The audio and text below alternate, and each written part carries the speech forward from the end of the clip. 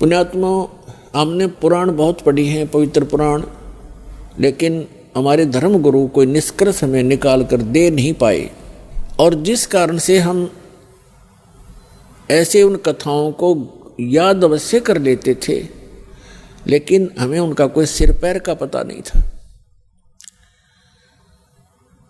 जैसे पार्वती जी के 107 जन्म हो चुके थे, 108वां जन्म वो जी रही थी।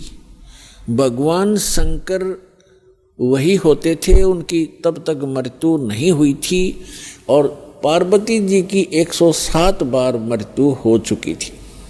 और भगवान शिव जब पार्वती जी की मृत्यु होती थी बड़े व्याकुल होते थे, उनका बहुत बुरा हाल हो जाता था उस पार्वती की मृत्यु के उपरांत, उसके वियोग में। एक समय की बात है कि भगवान श्री राम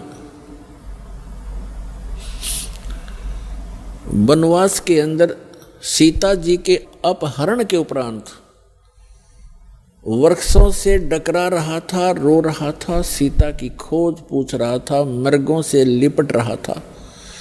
ऊपर से आसमान से पार्वती और शिव देख रहे थे।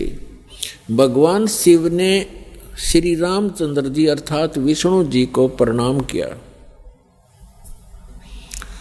पार्वती जी ने देखा कि किसको प्रणाम कर रहे हैं, नीचे एक व्यक्ति रो रहा है पृथ्वी पर। पार्वती जी ने पूछा, आप किसको प्रणाम कर रहे हो? भगवान शिव ने कहा कि नीचे देखो, ये भगवान को प्रणाम कर रहा हूं। कि वो व्यक्ति रो रहा है? पार्वती ने पूछा कि हाँ, ये भगवान है, परमात्मा है। पार्वती जी कहने लगी, भगवान और रो रहा है? भगवान कैसे हो सकता है जो ऐसे डकरा रहा है जनसाधारण की तरह? यानी विष्णु जी थे वो, और विष्णु जी भगवान शिव के बड़े भाई हैं। अपने बड़े भाई को वो नमस्कार कर रहे थे। पार्वती जी ने नमस्कार नहीं किया और कहा, मैं इसकी परीक्षा लूंगी और सीता रूप बना कर जाऊंगी। यदि ये मुझे पहचान लेंगे तो मैं मान लूंगी कि ये भगवान है। भगवान शिव ने कहा कि यह गलती मत करना, यदि तू सीता रूप बना लेगी तो मेरे काम की नहीं रहेगी। उस समय तो पार्वती जी ने कह दिया कि नहीं जाऊंगी, परीक्षा नहीं लूंगी। कुछ ही देर के बाद भगवान शिव के इधर उधर होते ही सीता रूप धारण किया और भगवान राम के सामने खड़ी होगी जाकर के। अब भगवान रामचंद्र जी ने कहा कि हे दक्ष पुत्री, हे दक्ष की बेटी, भगवान शिव को कहाँ छोड़ाई, अकेली क्यों आ गई? इस बात से वो इतना शर्मिंदा होगी। फिर प्रणाम किया कि भगवान शिव आपको ठीक ही प्रणाम कर रहे थे, आप तो सचमुच जानी जान हो। अब देखो पुण्यात्माओं, इस काल के जाल को समझना। श्रीमद् भगवद गीता अध्याय नंबर 7 के श्लोक नंबर 8-9 में ये गीता ज्ञानदाता काल है, ब्रह्मा विष्णु महेश का पिता है, 21 ब्रह्मांड का स्वामी है।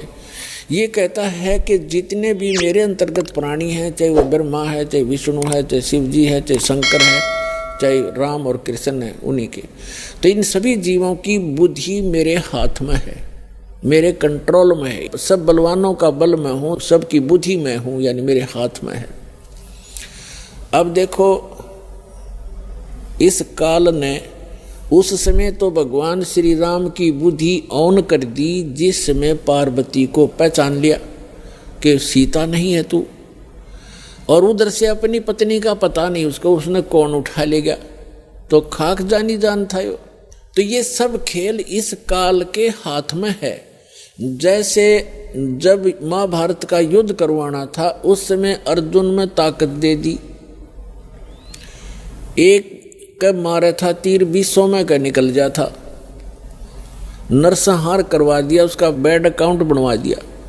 फिर वही अर्जुन जिस समय भगवान श्री कृष्ण जी की मृत्यु हो गई थी और सभी यादव भगवान श्री कृष्ण का पूरा कुल आपस में लड़का मर गया था, कटके कत्लेआम कर दिया था। 56 करोड़ यादव दुर्वासा जी के श्राप से आपस में लड़ मरे थे। कोई नर यादव शेष नहीं था उस द्वारकापुरी में, कैर टूट गया। उस समय श्री कृष्ण जी के आदेश अनुसार अर्जुन उन गोपियों को, वहां की सभी औरतों को लेकर वापस आ रहा था इंद्रप्रस्थ। रास्ते में वही धनुष जिससे महाभारत का युद्ध जीता था, वही धनुष उनके साथ था। रास्ते में भीलों ने, जंगली लोगों ने अर्जुन को पीटा और उनके गहने तोड़ ले गए, सारी औरतों के, कुछ एक औरतों को भी ले गई और अर्जुन का हाथ नहीं उठा। उस समय अर्जुन रो रहा है कि कृष्ण बड़ा छलिया था, इसने जब युद्ध करवाना था तब तो मुझे शक्ति दे दी, अब वही मेरा गांडीव धनुष है, वही मैं अर्जुन हूं, आज मेरे से ये उठ नहीं रहा है। तो यहाँ परमात्मा कहते हैं, भोले आदमियों तुम कहते हैं मूल लहे ना मूर्खा, गिनते हैं क्यों डारे। मूल लहे ना मूर्खा, ये गिनते हैं क्यों डार, कि तुम इस जड़ से परिचित नहीं हो। इस सारे एपिसोड का जो भी महाभारत वगैरह हुए हैं, इसकी मूल कौन था? ये काल था। ये काल है, जब इसने अपना उल्लू सीधा करवाना तो पावर दे देता है, जब उसकी ब्रेन मटी होनी है छोड़ देता बाढ़ में जाओ। तो अर्जुन खड़ा खड़ा पिट रहा है।